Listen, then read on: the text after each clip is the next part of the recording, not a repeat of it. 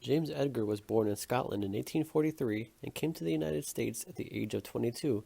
Arriving in New Brunswick, he took a train to Boston for a job that paid him $12 a week at the Hogg, Brown, and Taylor dry goods store, more than the $50 a year he made previously in Scotland as an apprentice to a cloth merchant. He worked 10 years for Callender, McAuslan, and Troupe, a firm that operated a wholesale and retail plant using the name of the Boston store.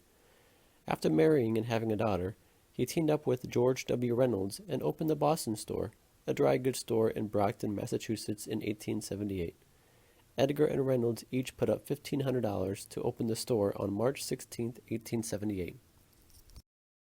The Boston store was known to be the first to have electric lights as well as cash registers in town. Known to Uncle Jim to the kids and Colonel Jim to adults, James Edgar was a man of the people and loved to take care of kids. Several instances of him paying back people, and the less fortunate was if a customer put money down towards layaway for items, they would earn a 4% interest on their down payments. Other instances was he would throw pennies off the rooftop of his store. He installed a soda fountain in 1895 and at times offered free soda to his customers. He was also the first to install a Bundy time recorder in 1897. Edgar was also known to take good care of his employees.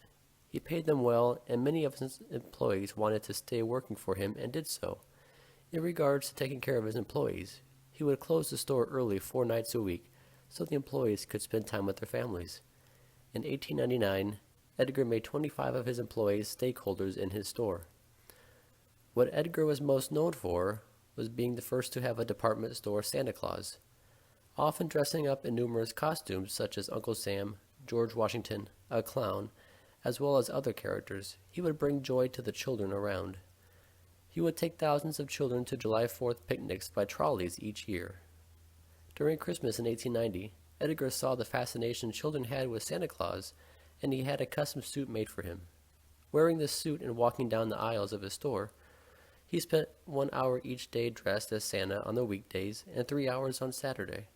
Needing to do more in his store, he hired other people to portray Santa Claus so he could focus on daily business.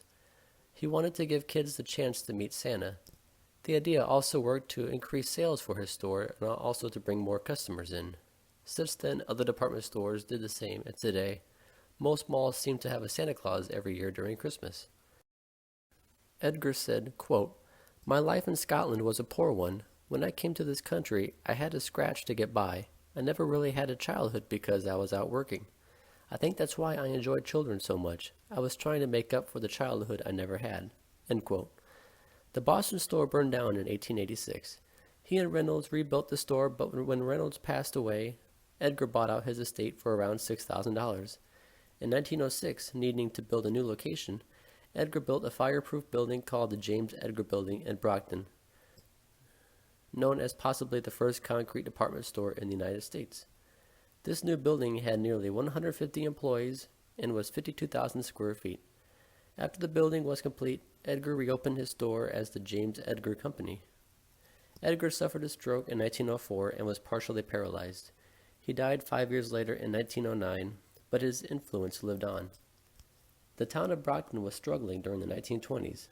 Known once as the shoemaking town, many children did not have shoes, nor could they get their shoes fixed where they did not go to school.